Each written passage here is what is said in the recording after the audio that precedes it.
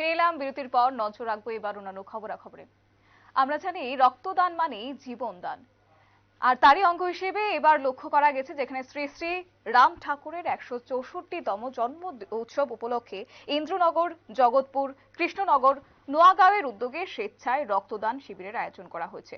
এবং এই রক্তদান শিবিরে উপস্থিত ছিলেন 8 নম্বর ওয়ার্ডের কাউন্সিলর শম্পা সেন সরকার, রাম ঠাকুর আশ্রমের সেক্রেটারি স্বপন বণিক সহ অন্যান্য ব্যক্তিবর্গরা। সকলের উপস্থিতিতে আজ এই রক্তদান শিবির অনুষ্ঠিত হয়েছে এবং এই রক্তদান শিবিরে যেমনটা জানা যাচ্ছে যে 56 জন যুবক যুবতীরা আজকে এই রক্তদানে স্বেচ্ছায় অংশগ্রহণ করেছেন। তবে তারা কি বলছেন শুনবো।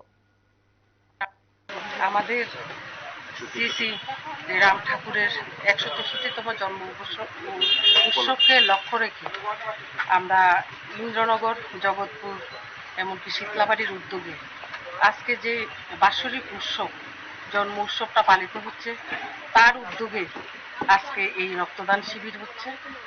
যারা স্বেচ্ছায় রক্তদান দিবে তাদের উদ্দেশ্যে আজকে এই শিবির।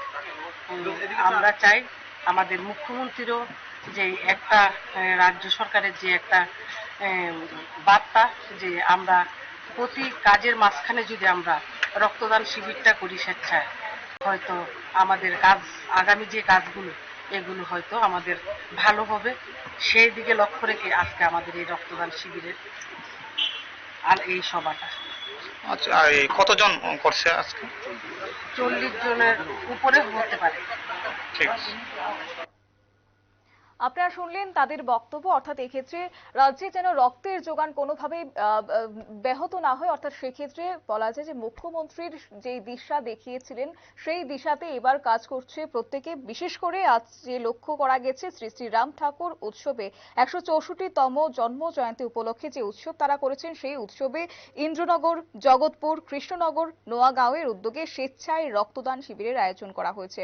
এবং এই রক্তদান শিবিরে আজকে উপস্থিত ছিলেন 8 নম্বর ওয়ার্ডের কাউন্সিলর শম্পা সেন সরকার, রাম ঠাকুর আশ্রমের সেক্রেটারি স্বপন বণিক সহ অন্যান্য ব্যক্তিবর্গরা। সকলে আজ উপস্থিত হয়েছেন এবং উপস্থিত হয়ে রক্তদানে অংশগ্রহণ করেছেন।